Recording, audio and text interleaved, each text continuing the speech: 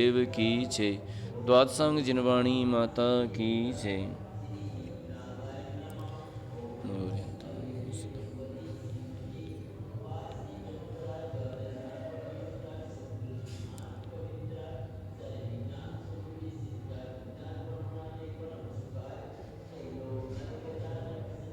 चलते हैं। गौमठ सार कर्मकांड ग्रंथराज के अंतर्गत प्रदेश बंध। और प्रदेश बंध में अभी तक अपन ने सारी प्रकृतियों का बंटवारा देखा। मूल प्रकृतियों में, उत्तर प्रकृतियों में, फिर उत्कृष्ट प्रदेश बंध किसको होता है, कौन कौन स्वामी होते हैं। कल अपन देख रहे थे कि जघन्य प्रदेश बंध के स्वामी, तो जघन्य प्रदेश बंध के स्वामी कौन होते हैं, तुम्हारे जिनका जघन्य योग होता है। ठीक है, सूक्ष्म निगोदिया लब्ध पर्याप्तक, जो जन्म के प्रथम समय में जिसका जघन्य उपपाद योग स्थान है, वह सारी प्रकृतियों के, वह आयु कर्म के बिना, आयु कर्म को छोड़ दिया इसमें, क्योंकि आयु कर्म का बंध उपपाद योग स्थानों में नहीं होता। आयु कर्म का बंध नियम से परिणाम योग स्थान में ही होता है। इसलिए उसको छोड़ करके शेष सातों कर्मों का बंध उस जीव को होता है। जघन्य बंध, जघन्य प्रदेश बंध उस जीव को होता है। अब यहाँ पर एक गाथा और आ रही है, उसमें ये कहना है इनका कि उत्तर प्रकृतियों में प्रदेश बंध संबंधी स्वामित्व, माने जघन्य प्रदेश बंध की चर्चा कर रहे हैं यहाँ पर कि उत्तर प्रकृतियों में जघन्य प्रदेश बंध किसको होता है। तो बताते हैं, घोडण जोगो सन्नी, घोडण जोगो सन्नी, निरय दुसुर निरय आउग जहन्नम, निरय दुसुर निरय आउग जहन्नम, अपमत्तो आहारम, अपमत्तो आहारम, अयदम तित्थम च देव च, अयदम तित्थम च देव च। अब यहाँ पर कहते हैं कि घोटमान, घोटमान योगों का धारक। घोटमान योग किसे कहते हैं? घोटमान योग हैं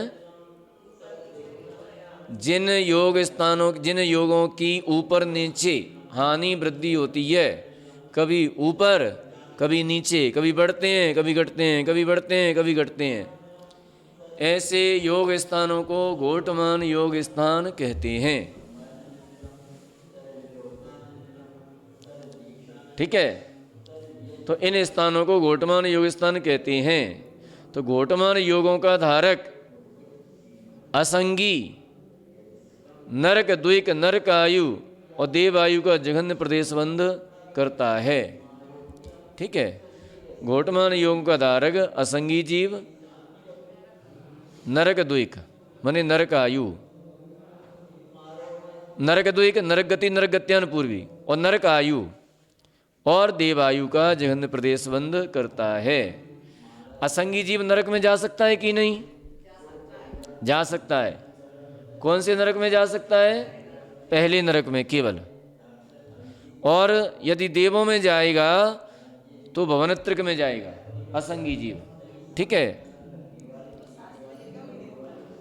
तो उनमें जा सकता है। ठीक है, तो ऐसा जीव जघन्य प्रदेश बंध करता है।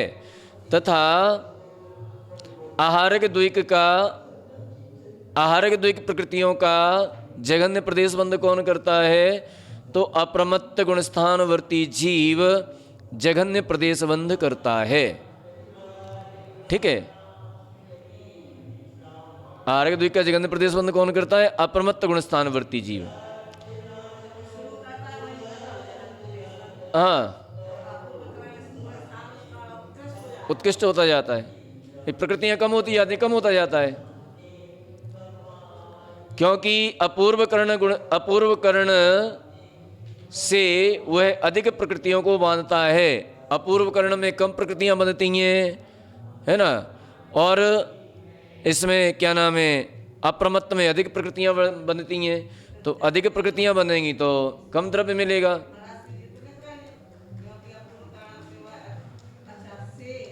हाँ, अपूर्व कर्ण से अधिक प्रकृतियों को बांधता है सात्विक गुण स्थान में।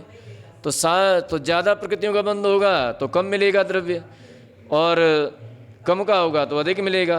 ऐसा असंयत गुणस्थान वर्ती जीव तीर्थंकर प्रकृति और देव चतुष्क, देवगति और देवगत्यान पूर्वी, वैक्रिक शरीर, वैक्रिकांगोपांग, इन 5 प्रकृतियों का जघन्य प्रदेश बंध करता है। ठीक है। अब कहते हैं यहाँ पर इसका विशेषार्थ में कहते हैं कि घोटमान योग, माने घोटमान योग जिन योग स्थानों की वृद्धि भी हो हानि भी हो अथवा जैसे के तैसे भी रहें, उन योग स्थानों को घोटमान योग कहते हैं। घोट माने घुटे हुए, मिले हुए, ठीक है, सब तरह के मिले हुए, मिक्स। हाँ, अरे कभी घट रहे हैं, कभी बढ़ रहे हैं, कभी वैसे के वैसे ही रह गए, कभी घट गए, कभी बढ़ गए। अब जैसे कि तैसे, अब एक समय में घटे, फिर दूसरे समय अवस्थित रहे, तीसरे समय फिर बढ़ गए या घट गए। तो ऐसा कभी घट रहे हैं, कभी बढ़ रहे हैं, कभी अवस्थित हैं, कभी घट रहे हैं, कभी बढ़ रहे हैं, कभी अवस्थित हैं। ऐसा नाम कर्म की 31 प्रकृतियों के साथ 8 प्रकार के कर्मों का बंध करने वाला और घोटमान जगन्य योग से युक्त अन्यतर अप्रमत्त संयत जीव आहारक द्विक के साथ 7 मूल कर्मों का बंध करने वाला और जघन्य योग से युक्त प्रथम समयवर्ती तद्भवस्त अन्यतर असंयत सम्यक दृष्टि मनुष्य देवगति देवगत्यानुपूर्वी वैक्रिक शरीर वैक्रिकांगोपांग का जघन्य प्रदेश बंध करता है। और नाम कर्म की 30 प्रकृतियों के साथ 7 प्रकार के कर्मों का बंध करने वाला और उपाद योग से युक्त प्रथम समयवर्ती तदवस्थ अन्यतर देव या नार की तीर्थंकर प्रकृति का जघन्य प्रदेश बंध करता है। ये जो है देखो पीछे चार्ट दिया है, पीछे चार्ट देखिए, ये जो है ये चार्ट दिया गया है, ये वाला। तो इस चार्ट में नाम कर्मों के ये जो है दिए हुए हैं, जिज्ञानावरणी, दर्शनावरणी, वेदनीय, मोहनीय, आयु, नाम, गोत्र, अंतराय, ये क्रम से 8 क्रम दिए हुए हैं। तो इनमें बंद स्थानों का विवेचन किया है, ठीक है, कौन से कर्म के कितने बंद स्थान होते हैं, ठीक है, इसमें विवेचन किया है। जैसे नाम कर्म के कितने बंद स्थान होते हैं, तो ये बंद स्थान दिए 1 2 3 4 5 6 नहीं, ये तो जो है बंद योग्य कुल प्रकृतियां, नाम कर्म के जे बंद स्थान है ये वाले। तो इसमें 1 2 3 4 5 6 और इसमें 31 प्रकृति का और 1 प्रकृति का नहीं दिया, तो 8 बंद योग्य स्थान होते हैं। नाम कर्म के 8 बंद योग्य स्थान होते हैं, ठीक है। नाम कर्म के बंद स्थान कितने होते हैं? 8 होते हैं। मिथ्यात्व गुण स्थान में 6 होते हैं और सम्यक दृष्टि के कितने होते हैं? 2। सम्यक दृष्टि के 2। यद्यपि सम्यक दृष्टि के असंयत गुण स्थान में नाम कर्म के बंद स्थान 28, 29, 30 ये होते हैं, और 7वें गुण स्थान में 28, 29, 30 और 31 और सूक्ष्म संप्राय माने 10वें गुण स्थान में 1 प्रकृति का बंद स्थान होता है। इस प्रकार से नाम कर्म के कुल बंद स्थान कितने होते हैं? 8 बंद स्थान होते हैं। तो ये पहला गुण स्थान, पहले गुण स्थान के बतलाए जे पहले गुण स्थान में 6 होते हैं, ठीक है।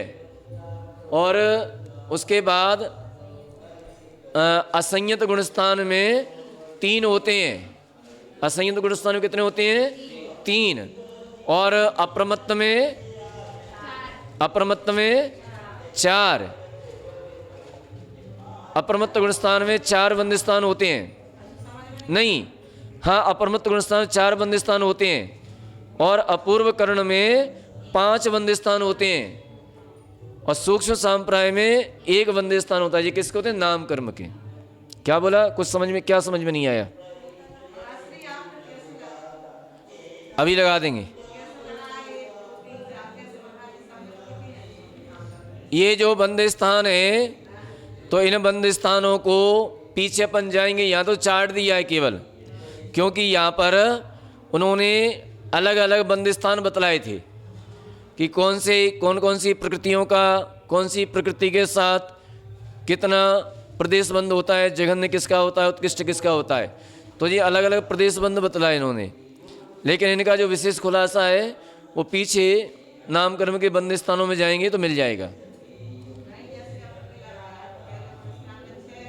हाँ, तो 23 प्रकृति का बंद स्थान है, 25 का है, 23 का, 25 का, 26 का, 28 का, 29 का और 30 का, 6 हो गए।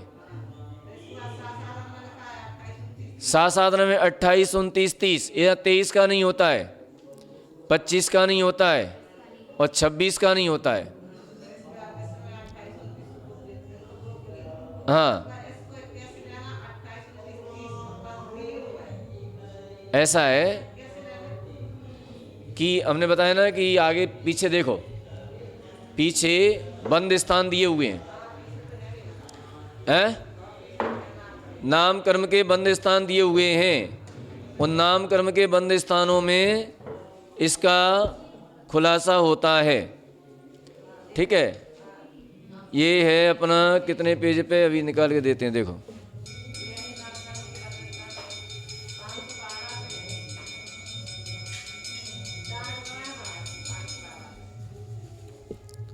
जी आ गए जी, 512 पेज नंबर के गाथा नंबर है, पेज नंबर 512। अभी तो पूछ रहे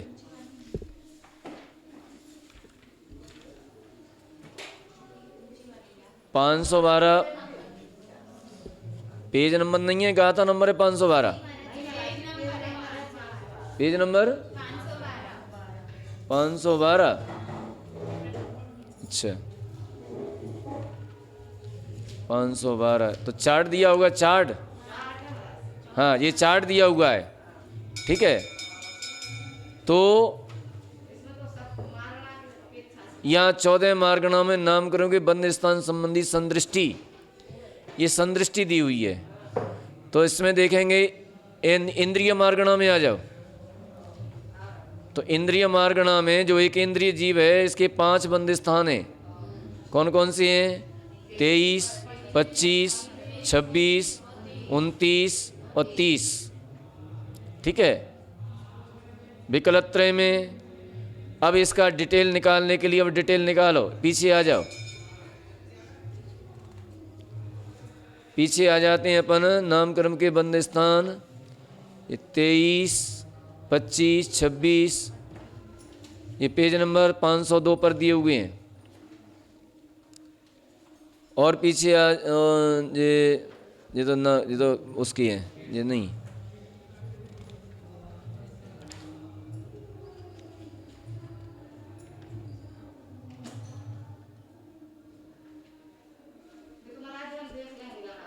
हाँ, देख लेना, तो वही तो कह रहे हैं। हाँ,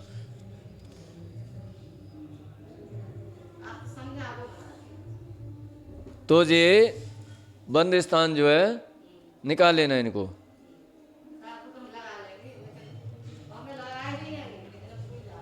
हाँ, लगाए भूल जाते हैं।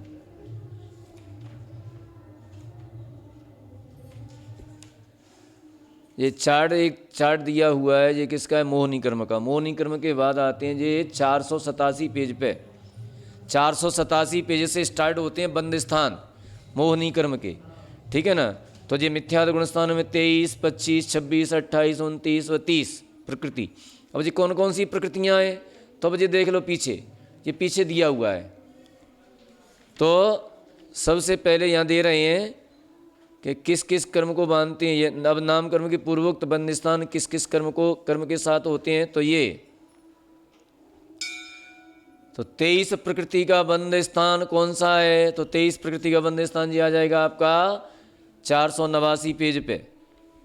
ठीक है, तो तेजस, कार्मण, अगुरु लघु, उपघात, निर्माण, स्पर्श, रस, गंध, वर्ण, ये नाम कर्म की 9 प्रकृतियाँ जो ध्रुव प्रकृतियाँ हैं, ये तो हमेशा बंद होंगी ही होंगी, चाहे किसी भी कर्म का बंद करे। ठीक है, ये ध्रुव प्रकृतियाँ, इनका निरंतर बंद होता रहता है। अब स्वर बिना त्रस आदि 9 युगल, स्वर बिना त्रस आदि 9 युगल, त्रस, स्थावर, बादर, सूक्ष्म, पर्याप्त, अपर्याप्त, प्रत्येक, साधारण, स्थिर, अस्थिर, शुभ, अशुभ, सुभग, दुर्भग, अनादि, आदि, यश कीर्ति, अयश कीर्ति में से एक एक प्रकृति, अतः ये 9 प्रकृति हुई। तो 9 और 9 तो ध्रुव हो गई, और इन युगलों में से एक एक प्रकृति, तो 9 जी हो गई। ठीक है, और 4 गति में से एक गति,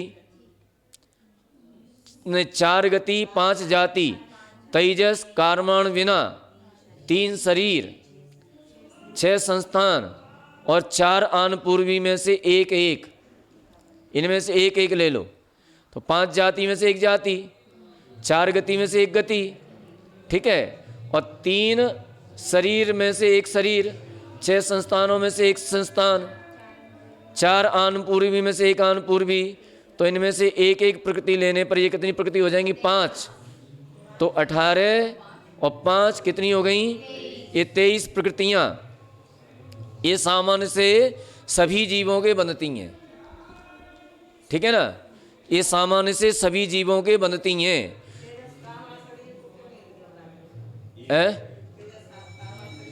तेजस, कार्मण, शरीर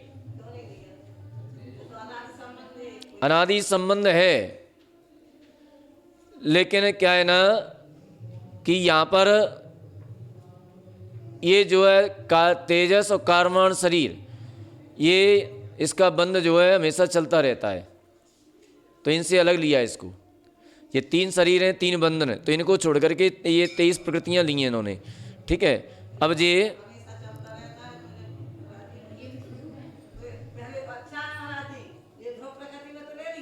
क्या रहता है, हाँ ध्रुव प्रकृति के साथ में ले लिया उसको, इसलिए ये आ गया ना। देखो हाँ, अनादिकाल से चलता है तो ध्रुव प्रकृति में ले, तेजस, कार्मण, ये आ गया ना ऊपर, तो हमेशा चलता रहता है जी, है ना, निरंतर चलता रहता है। तो ये किस में आ गया जी? ध्रुव में आ गया, इसलिए इसमें से हटा दिया, है ना, क्योंकि 5 शरीर होते हैं, तो 5 शरीरों में 2 शरीर कम करने पड़े इनको बतलाने के लिए।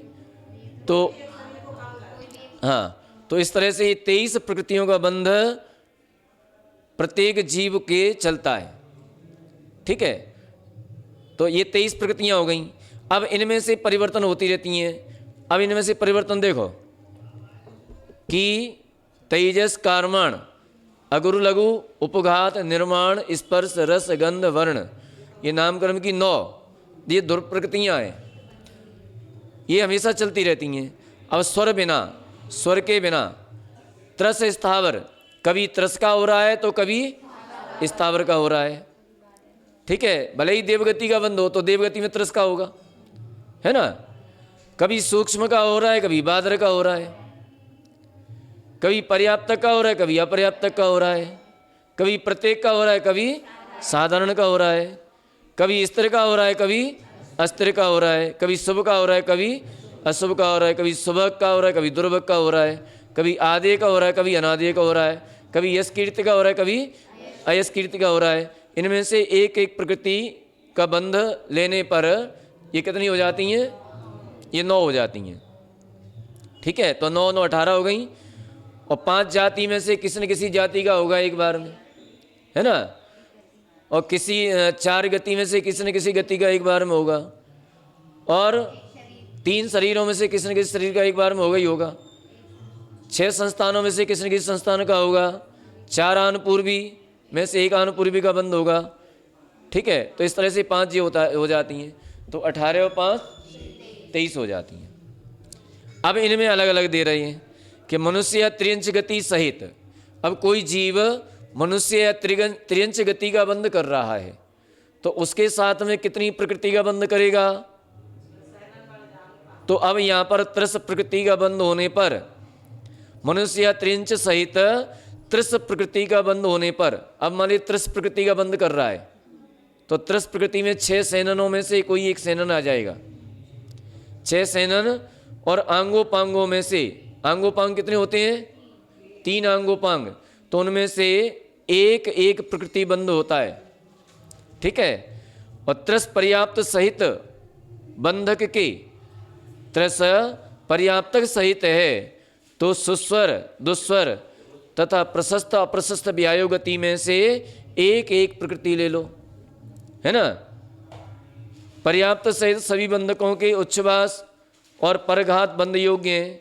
जो पर्याप्तक हैं उनके उच्छ्वास और परघात दोनों बंध योग्य प्रकृतियां हैं। एवं आतप, उद्योत, तीर्थंकर और आहारक द्विक ये सभी प्रकृतियां बंध योग्य हैं, जिसका कथन गाथा 525 में कर दिया गया है। तो इनमें से अगर इनका बंध हो रहा है तो ले लो इनको। तो इस तरह से ये मनुष्य गति सहित बंध होता है, मनुष्य या त्रियंच सहित। तो ये जो है अलग अलग प्रकृतियों का अलग अलग बंध स्थान इसमें कहेंगे। तो ये प्रकरण जब आएगा तब आएगा। अभी अपना प्रकरण क्या है? अभी तो प्रदेश बंध में अपन चल रही हैं। ठीक है, तो प्रदेश बंध में आपको यहाँ इतना सा बतलाना था कि 23 प्रकृतियाँ कौन सी होती हैं, फिर 25 प्रकृतियाँ कौन सी होती हैं। तो 25 प्रकृतियों में से उनमें से कुछ कम कर दी जाती हैं, कुछ बढ़ जाती हैं। आंगोपांग बढ़ जाता है, सेनन बढ़ जाता है। अब अपन को ये देखना पड़ता है कि कौन सी गति सहित बंध कर रहा है, उसके अनुसार बंध होता है। जैसे मान लीजिए त्रियंच गति का कर रहा है और त्रियंच में एक इंद्रिय का कर रहा है तो वहाँ पर सेनन का नहीं होगा, है ना। वहाँ पर आतप का होगा, उद्योत है, आंगोपांग, हाँ आंगोपांग नहीं आते तो ये कम हो जाती हैं। और मान लीजिए त्रस का कर रहा है तो त्रस में सेनन आ जाएगा, आंगोपांग आ जाएंगे। ठीक है, तो इस तरह से ये प्रकृतियाँ घटती बढ़ती रहती हैं गति और जाति के हिसाब से, गति जाति के हिसाब से। 23 तो चलेंगी और 23 में भी परिवर्तन होता रहता है। ध्रुव प्रकृतियाँ वो तो ध्रुव रहेंगी, जो 9 प्रकृतियाँ उनमें परिवर्तन होता रहता है। जो जोड़ा है तो जोड़ा में से एक आती रहती है। ठीक है, हाँ, और जो 5 गति हैं, जो 4 गति हैं तो 4 गतियों में से एक गति का, अब उस गति के अनुसार प्रकृतियाँ घटती बढ़ती रहती हैं। ऐसे ही 5 जाति, तो 5 जाति के अनुसार प्रकृतियाँ घटती बढ़ती रहती हैं। तो इस तरह से ये प्रकृतियों का यहाँ पर बंध होता है। तो ये हाँ,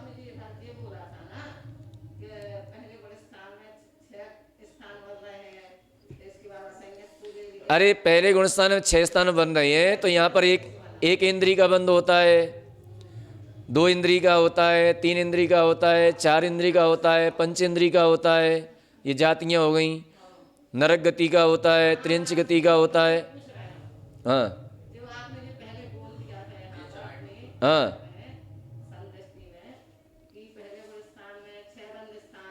हाँ हाँ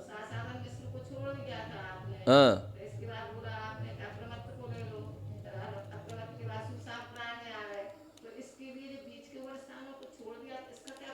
बीच के गुण स्थानों को छोड़ दिया है। कौन कौन से छोड़ दिए? देखो, सुनो सुनो सुनो सुनो, दूसरा गुण स्थान छोड़ा तो दूसरे गुण स्थान में 23 प्रकृति बंध स्थान नहीं होता है। ठीक है, 25 नहीं होता है और 26 नहीं होता है। क्यों नहीं होता है? अरे क्यों नहीं होता है? क्योंकि ये एक इंद्रिय जाति संबंधी है। हाँ, एक इंद्रिय जाति संबंधी है। तो एक इंद्रिय जाति संबंधी होने के कारण ये 23, 25 और 26 स्थान छोड़ दिए। आया समझ में? अब साधन किसमें? सासाधन का, सासाधन में उदय पाया जाता है, लेकिन बंध विच्युति कहाँ हो जाती है इनकी? एक इंद्रिय, स्थावर, सूक्ष्म, अपर्याप्त, इनकी बंध विच्युति कहाँ हो जाती है? हैं? तो पहले में हो जाती तो यहाँ काहे को लेंगे फिर? हाँ, तो बंध और उदय में भेद समझो ना। तो बंध और उदय, तो यहाँ पर बंध का प्रकरण है, तो उदय की बात है। उदय तो ठीक है, दूसरे गुणस्थान में पाया जाता है, ठीक है। और मिश्र गुणस्थान में, मिश्र गुणस्थान में जो है 28 और 29, ये दो प्रकृतियों को दो स्थान लिए, क्योंकि यहाँ किसी प्रकार का आयुबंध नहीं होता है। यद्यपि आयुबंध तो अलग हो गया, आयुबंध इसमें नहीं आएगा। आयुबंध क्यों नहीं आएगा? क्योंकि आयुबंध तो आयु कर्म की प्रकृति है, ये नाम कर्म की है। इसलिए 30 प्रकृतियों में यहाँ पर किसको कम किया है? तो त्रियंच गति को कम किया है, ठीक है। त्रियंच गति, तीसरे गुणस्थान में त्रियंच गति का बंध नहीं होता।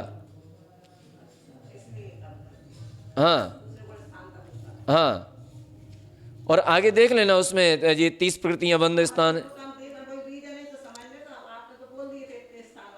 अब इसके बाद 28, 29, 30, तो ये देवगति सहित ही बनती हैं। ये जो है चौथे गुणस्थान में देवगति का बंध होता है, देवायु का बंध होता है, मनुष्यायु का भी बंध होता है, ठीक है। तो 28, 29, 30 है। कहाँ पर? चौथे गुणस्थान में नरक गति का क्यों लगाएंगे? नरक गति का बंध कहाँ होता है?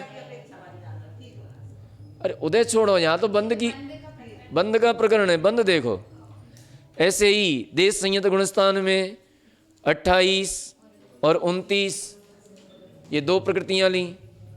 यहाँ पर मनुष्य आयु का बंध नहीं होता, वह मनुष्य गति का बंध नहीं होता, सहनन आदि का बंध नहीं होता, है ना। सहनन, देवायु का बंध नहीं होता। अरे देवायु का नहीं, देवगति का होता है, मनुष्य गति का, मनुष्य गति का और सहनन, वज्र बसव नारा सहनन, सहनन का भी बंध नहीं होता, क्योंकि इनकी बंध विच्युति हो जाती चौथे गुणस्थान में, ठीक है। इसलिए यहाँ पर कम हो गई। फिर 28, 29 छठवें में, फिर प्रमत्त संयत में 28, 29, 30। अब ये 30 क्यों आ जाती हैं?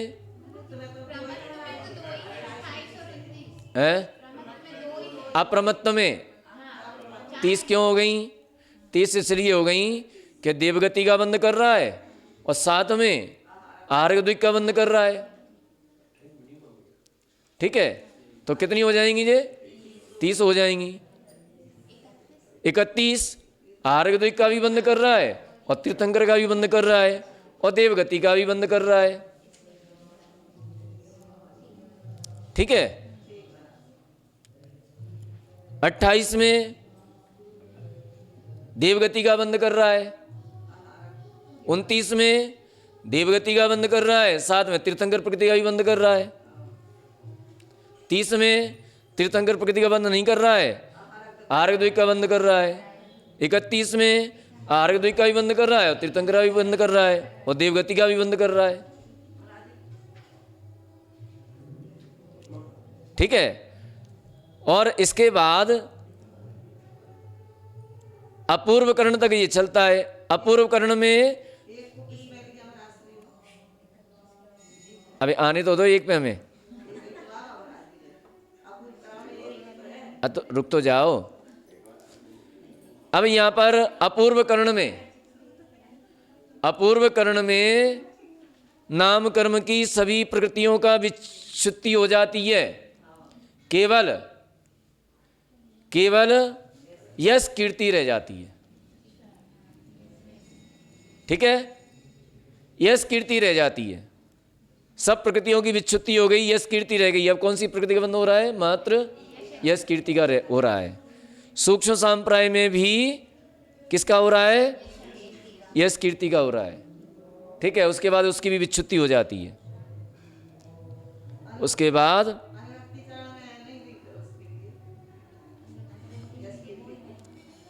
अरे अनिवृत्तीकरण में हो रहा है उसका, अनिवृत्तीकरण में लिखा तो है और सूक्ष्म सांप्राय में भी लिखा है। चश्मा कहाँ है तुम्हारा? हाँ हाँ,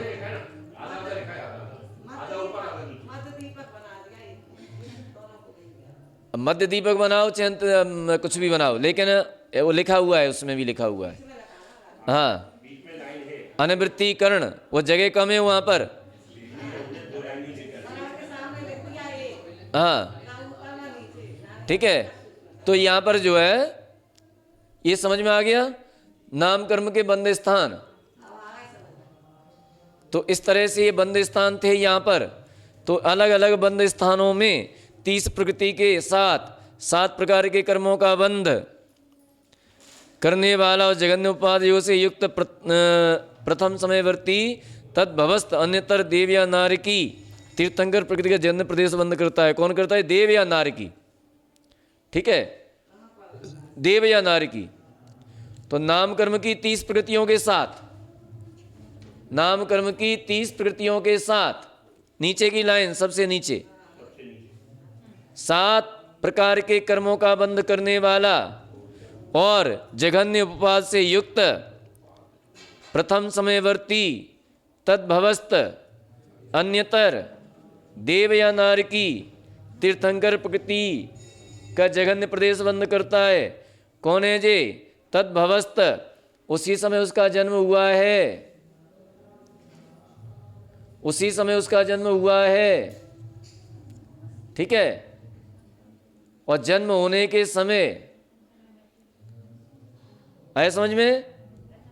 जघन्य उपपाद योग से यहां पर मनुष्य गति सहित, मनुष्य गति का भी बंद कर रहा है, तीर्थंकर प्रकृति का भी बंद कर रहा है। लेकिन तीर्थंकर प्रकृति का कैसा बंद कर रहा है?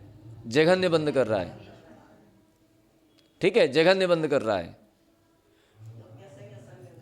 उपपाद योग में तीर्थंकर प्रकृति का बंद कैसे होगा? नरक गति में।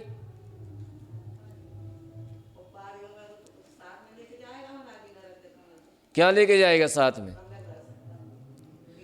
जो छायक सम्य दृष्टि है अथवा कृतकृत वेदक सम्य दृष्टि है, ऐसा तीर्थंकर प्रकृति का बंधक यदि नरक में गया है तो उसके तो चलता रहेगा, उसके बंद ही नहीं होगा। विग्रह गति में भी चल रहा है, उपपाद योग में भी चल रहा है, लेकिन उपपाद योग में सबसे जघन्य बंध उसका होगा। ठीक है, हैं? राजा श्रेणिक, जैसे राजा श्रेणिक, तो राजा श्रेणिक यहीं से बंद करके गए थे, प्रारंभ किया था, और प्रारंभ तो यहीं से किया है। कृतकृत्य वेदक का उदाहरण नहीं मिलता, मत मिलने दो। सिद्धांत उदाहरणों की परवाह नहीं करता है। कृतकृत्य वेदक सम्य दृष्टि किसे कहते हैं? कृतकृत्य वेदक सम्य दृष्टि उसे कहते हैं जिसने मिथ्यात्व कर्म को नष्ट कर दिया है। पहले अनंतानुबंधी कर्म को नष्ट किया, फिर मिथ्यात्व को भी नष्ट कर दिया, फिर सम्यक मिथ्यात्व को भी नष्ट कर दिया, और सम्यक तो प्रकृति रह गई है केवल, और उसकी भी स्थिति 8 वर्ष रह गई है। तो ऐसी अवस्था में उसे कृतकृत्य वेदक संज्ञा प्राप्त हो जाती है। ऐसा जीव मरण करे तो यदि उसके 4 भाग करो, कृतकृत्य वेदक का जितना समय है उसके 4 भाग करो।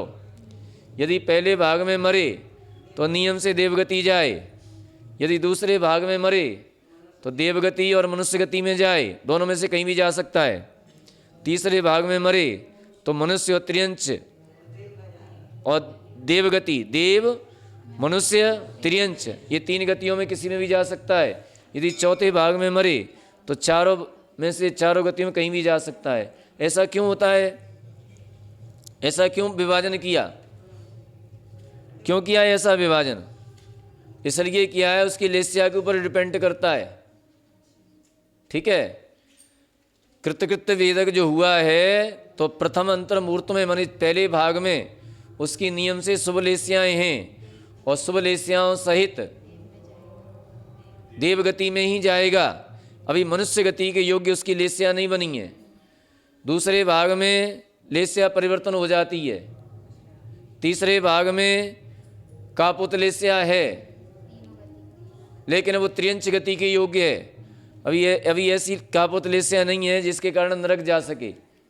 ठीक है, और देवगति में जाना है तो लेस्या परिवर्तन ही नहीं होगी। ठीक है, और चौथे भाग में उसकी कापुत लेस्या ऐसे उन अंशों में पहुंच जाती है, उन अंशों में हो जाती है जिन अंशों में वो नरक गति में जा सके। इसलिए 3-4 भाग की अलग अलग। हाँ हाँ, ठीक है। तो इस तरह से ये जो है कृतकृत्य वेदक होता है। आ गया समझ में? कृतकृत्य वेदक बहुत संजलन कसाई के भेद किए हैं। हाँ तो लेस्यांश में दिया तो कोई दिक्कत नहीं, वो इसी हिसाब से है। 8 वर्ष नहीं, उस सम्यक तो प्रकृति की स्थिति 8 वर्ष रह जाती है। हाँ,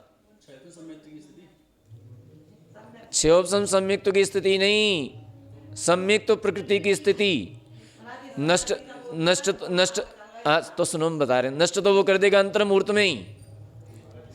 नष्ट तो करेगा कितने समय में? अंतर मुहूर्त में। लेकिन जैसे ज्ञानावरणी की स्थिति कितनी है?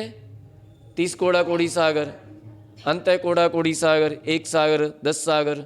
इसी प्रकार से क्या नाम है, सम्यक्त प्रकृति की स्थिति भी अधिकतम कितनी होती है? अधिकतम कितनी होती है? अधिकतम होती है अंतर मुहूर्तकम 33 सागर की। वो अंतर मुहूर्तकम 70 सागर की, 33 नहीं, अंतर मुहूर्तकम 70 कोड़ा कोड़ी सागर की। हाँ, अंतर मुहूर्तकम 70 कोड़ा कोड़ी सागर की स्थिति होती है। सुनो सुनो सुनो, हम बता तो रहे हैं, सुनो ज़्यादा। ठीक है, मोहनी दर्शन क्या नाम है, संयुक्त मिथ्या संयुक्त प्रकृति की स्थिति कितनी होती है? अधिकतम अंतर मुहूर्तकम 70 कोड़ा कोड़ी सागर। लेकिन जब वह अधयकरण अपूर्वकरण करता है तो उसकी स्थिति घटते घटते अंत कोटा कोटि रहती है। फिर जब 6 करता है तो स्त्री कांडक घात के द्वारा घात करते करते करते करते जब मिथ्यात्व को नष्ट कर देता है तो उसकी स्थिति संख्यात वर्ष रह जाती है। फिर सम्यक्त प्रकृति को नष्ट करता है तो सम्यक्त प्रकृति को जब नष्ट करता है उस समय उसकी स्थिति 8 वर्ष रह जाती है। ठीक है, 8 वर्ष रह जाती। नष्ट तो करना है उसे अंतर मुहूर्त में। किसके द्वारा? कांडक घात के द्वारा, स्त्री कांडक घात के द्वारा। प्रत्येक समय में स्त्री कांडक घात हो रहा है और एक एक अंतर मुहूर्त में उसकी संख्यात गुणी स्थिति कम होती जाती है।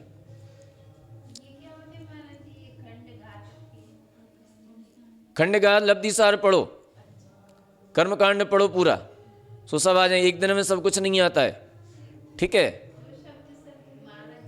हाँ, तो पढ़ो इसको, लब्धिसार पढ़ो। अभी लब्धिसार की गोष्ठी आएगी 4 तारीख से, 4, 5, 6 अक्टूबर। नहीं पढ़ेंगे, 4, 5, 6 अक्टूबर से लब्धिसार की गोष्ठी है। उस गोष्ठी में ये कांडक स्त्री कांडक अनुभाग कांडक सबरी बातें निकलेंगी। ध्यान से सुनना, नोट करना उसको। ठीक है,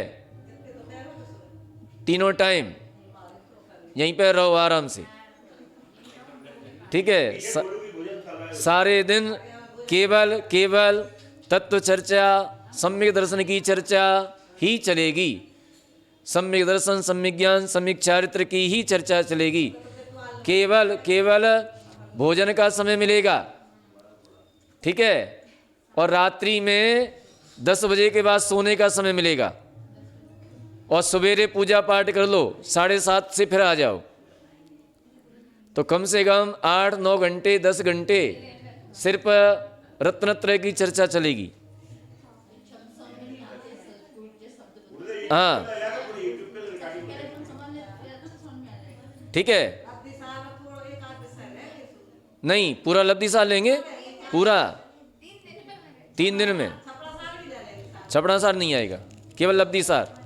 हाँ तो ये सारी बातें एक दिन में समझ में नहीं आती। अब स्त्री कांडक गात, अब इसके हम बोर्ड पे समझाएंगे, आधा घंटा पौन घंटा लगेगा स्त्री कांडक गात समझाने में। फिर आपकी समझ में आए ना आए, कितना आए वो अलग बात है। अनुभाग कांडक गात, ठीक है, गुण श्रेणी निर्जरा, गुण संक्रमण, बंधापसरण, ये सारी प्रक्रिया होती हैं, ये सारी प्रक्रिया होती हैं कर्म के अंदर। तो स्त्री कांडक गात के द्वारा, स्त्री कांडक गात का मतलब है कि एक कांडक आयाम होता है, और कांडक आयाम और उत्कीर्ण काल। तो उत्कीर्ण काल तो होता है उसका अंतर्मुहूर्त, माने कितने समय का कांडक। कांडक मान होता है समयों का समूह, समयों के समूह को कांडक कहते हैं। तो अंतर्मुहूर्त के समयों के समूह को कांडक कहते हैं। अब उसमें कितने स्थिति को घटाएगा उसे कहते हैं स्थिति कांडक आयाम। कितने स्थिति को घटा रहा है, कोई जीव एक सागर की घटाता है, कोई जीव पल्ले के संख्या से भाग घटाता है, कोई जीव पल्ले के संख्या से भाग घटाता है, कोई जीव माने 8 वर्ष में से 2 वर्ष की घटाता है, 10 वर्ष की घटाता है, 8 वर्ष में से 2 वर्ष की घटाता है, 5 वर्ष की घटाता है, 1 वर्ष की घटाता है, 15 दिन की घटाता है, 1 महीने की घटाता है। तो ये क्या कहलाता है? कांडक आयाम, इसको कहते हैं कांडक आयाम। ठीक है, तो एक बार में फाली रूप से माने एक एक समय में उसमें से द्रव्य निकाल करके नीचे की स्थितियों में स्थापित करता जाता है। ये ना वो बताई थी ना, अतिस्थापना और अतिस्थापनावली और निक्षेप। तो नीचे की स्थितियों में क्षेपण करता जाता है। तो नीचे की स्थिति में क्षेपण करते करते पूरी स्थिति को खत्म कर देता है उतने समय की। माने कांडघात किया है, कांडघात ग्रहण किया उसने पल्योपम का असंख्यात भाग। तो पल्योपम के असंख्यात विभाग में जितने निषेक हैं उन निषेकों में द्रव्य को धीरे धीरे धीरे धीरे निकालते निकालते उसको पूरा समाप्त कर देता है। उतने समय को एक कांडघात कहते हैं। निर्जरा नहीं हो, निर्जरा भी हो रही है। हाँ, आया समझ में कांडघात? हाँ, बहुत अच्छी बात है। तो इसके लिए अपन को लब्धि सार आदि ग्रंथों का अध्ययन करना पड़ता है। ठीक है, अब क्या है ना कि अब अपना विषय नहीं है अभी, या आपने विषय से विषयांतर कर दिया है, अभी अलग आ गया जी।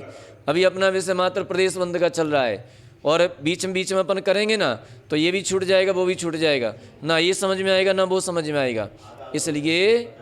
इसलिए क्रम से चलिए, और क्रम से। तो आपने जो प्रश्न किया था किसका? कृतकृत वेदक का। तो कृतकृत वेदक का हमने स्वरूप बताया था। कृतकृत वेदक किसे कहते हैं?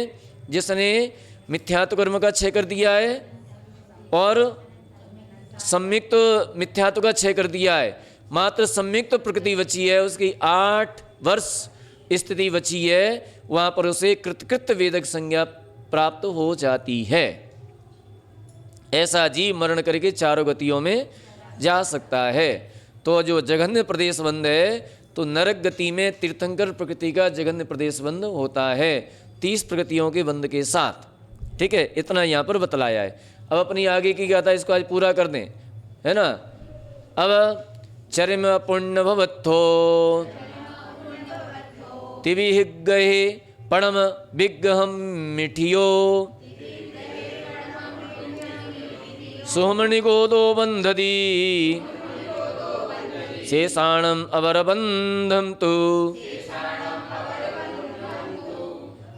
पढ़िए।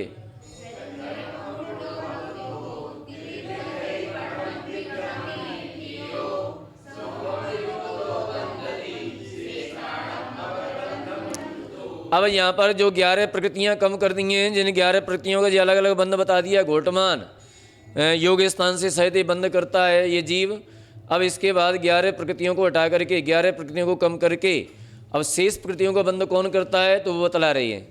तो 6012 क्षुद्र भवों में से अंतिम क्षुद्र भव में स्थित और विग्रह गति के 3 मोड़ा में से प्रथम मोड़े में स्थित सूक्ष्म निगोदीय जीव उपर्युक्त गाथा कथित 11 प्रकृति विना शेष 109 प्रकृतियों का जघन्य प्रदेश बंध करता है। ठीक है, ये 11 प्रकृतियां कम कर दो तो जो 109 प्रकृतियां बची हैं उनका जघन्य प्रदेश बंध कौन करता है? सूक्ष्म निगोदीय जीव, जिसने 6012वां भव क्षुद्र भव तो उस भव में स्थित है। तो उसमें अंतिम भव में विग्रह गति के 3 मोड़ा में से विग्रह गति में गया है और विग्रह गति के 3 मोड़ा ले रहा है। 3 मोड़ा कौन लेता है?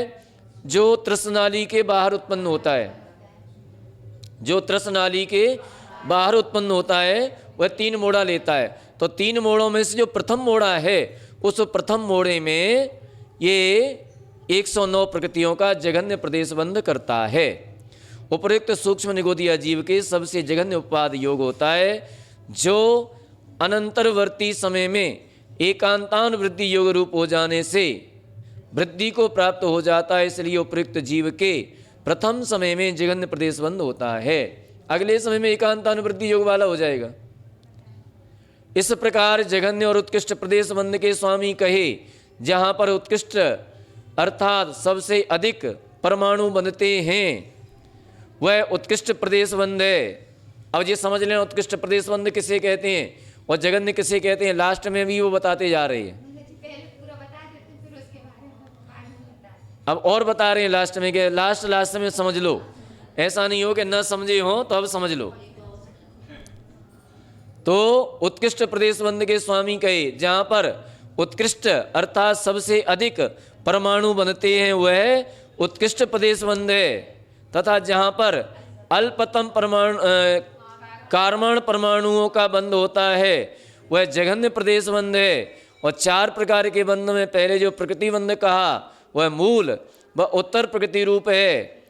उसमें उनमें से एक जीव के एक समय में युगपत बंध को प्राप्त होने वाली प्रकृतियों के जघन्यादि वेद रूप स्थिति अनुभाग और प्रदेश बंध होता है। तो इस प्रकार से ये 4 प्रकार का बंध कहा। इस तरह से ये प्रदेश बंध यहाँ पर संपन्न होता है, ये पूरा हो जाता है। हाँ फिर उसमें से जो युगपत बन रही उनमें बाकी के 3 बंध हाँ उनमें बाकी 3 बंध। ठीक है, तो अब जो है ये प्रदेश बंध पूरा हो गया। अब इसमें ये बंद स्थान बतलाए हैं इस चार्ट में, पेज नंबर 178 पर ये चार्ट बतलाया है, इसमें बंद स्थान दिखलाया। अभी हमने बताया था पहले, इसमें जो बंद स्थान दिखलाए हैं। मोहनी कर्म के बंद स्थान कितने हैं? तो मोहनी कर्म कहाँ पर दिया? ये दिया मोहनी कर्म। इसमें मोहनी कर्म के बंद स्थान कितने होते हैं पता है किसी को? मोहनी कर्म के बंद स्थान 10 होते हैं। 22, 21, 17, 13, 9, 5, 4, 3, 2, 1 ये मोहनी कर्म के बंद स्थान है। नाम कर्म के बंद स्थान कितने हैं? ज्ञानावरणी कर्म का बंद स्थान एक ही है। हमेशा 5 प्रकृतियों का बंध होता है। ठीक है, दर्शनावरणी के कितने हैं? 9, 6 और 4 3 बंद स्थान होते हैं। 9, 6, 4। इसके बाद वेदनी का एक ही होता है, या तो सहता या असहता। मोहनी कर्म के 10 होते हैं। 22, 21, 17, 13, 9, 5, 4, 3, 2, 1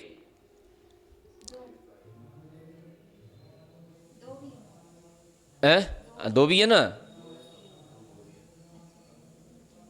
आयु कर्म का एक ही होता है। नाम कर्म के बंद स्थान 8 होते हैं। 23, 25, 26, 28, 29, 30, 31 और 1 अलग अलग गुणस्थानों में हमने गुणस्थान से बताए थे, उसके अनुसार लगा लेना चाहिए। ठीक है, गोत्र कर्म का एक ही होता है, अंतराय का एक ही होता है। इस प्रकार से ये अलग अलग योग स्थान होते हैं, ये अलग अलग बंद स्थान होते हैं। अब बंध स्थान का कथन करके अब आगे उनके अवयव यानी प्रदेश बंध के कारण रूप योग स्थान का स्वरूप संख्या स्वामी ये 42 गाथाओं में अब कहेंगे। ये प्रकरण थोड़ा सा टिपिकल होगा लेकिन नहीं होगा, ठीक है। पहली बार समझ में आए। समझ में आ गए ना, तो ये भी समझ में आ जाएगा। 11 प्रगतियों के नाम पहले बतला चुके हैं, गाथा नंबर 216 में इनमें काउंटिंग कर लो कौन कौन सी हैं। हाँ नंबर से याद करना घर पे, हाँ ठीक है, याद है, बहुत अच्छी बात है। तो इस तरह से कल अपन जो है देखेंगे योग स्थान कैसे कैसे बनते हैं, कितने होते हैं, उनके अवयव क्या हैं। इस तरह से आज का विषय यहीं पर समाप्त होता है। ये प्रदेश बंध का प्रकरण यहीं पर पूर्ण होता है। बोले महावीर भगवान की